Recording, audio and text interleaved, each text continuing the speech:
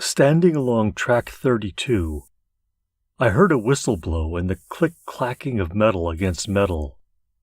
Then, appearing through great bursts of white steam, a train roared straight out of the annals of railroad history.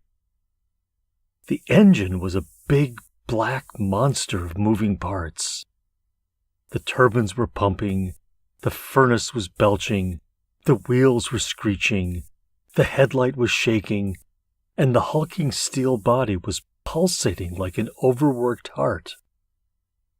As the engine crawled into the terminal, the steam cleared, and I saw dozens of passenger cars, each with enough people to fill a small town.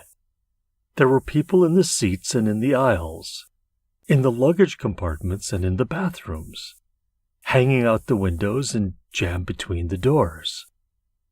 I noticed that the guy in the facing seat was staring at me. I smiled. He continued staring. He stared at me as the whistle blew, and then he stared at me as the train pulled out of the station. He stared at me through all the little villages and all the big towns.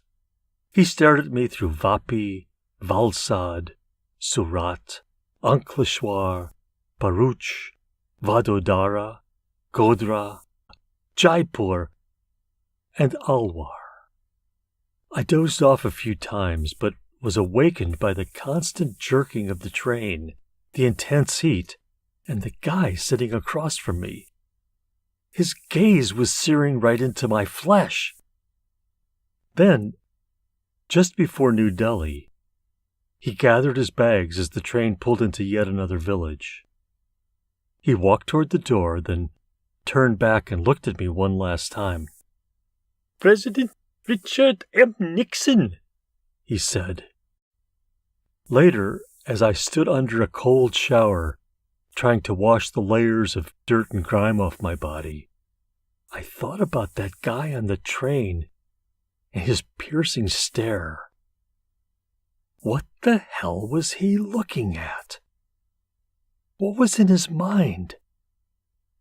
Was that some kind of secret code?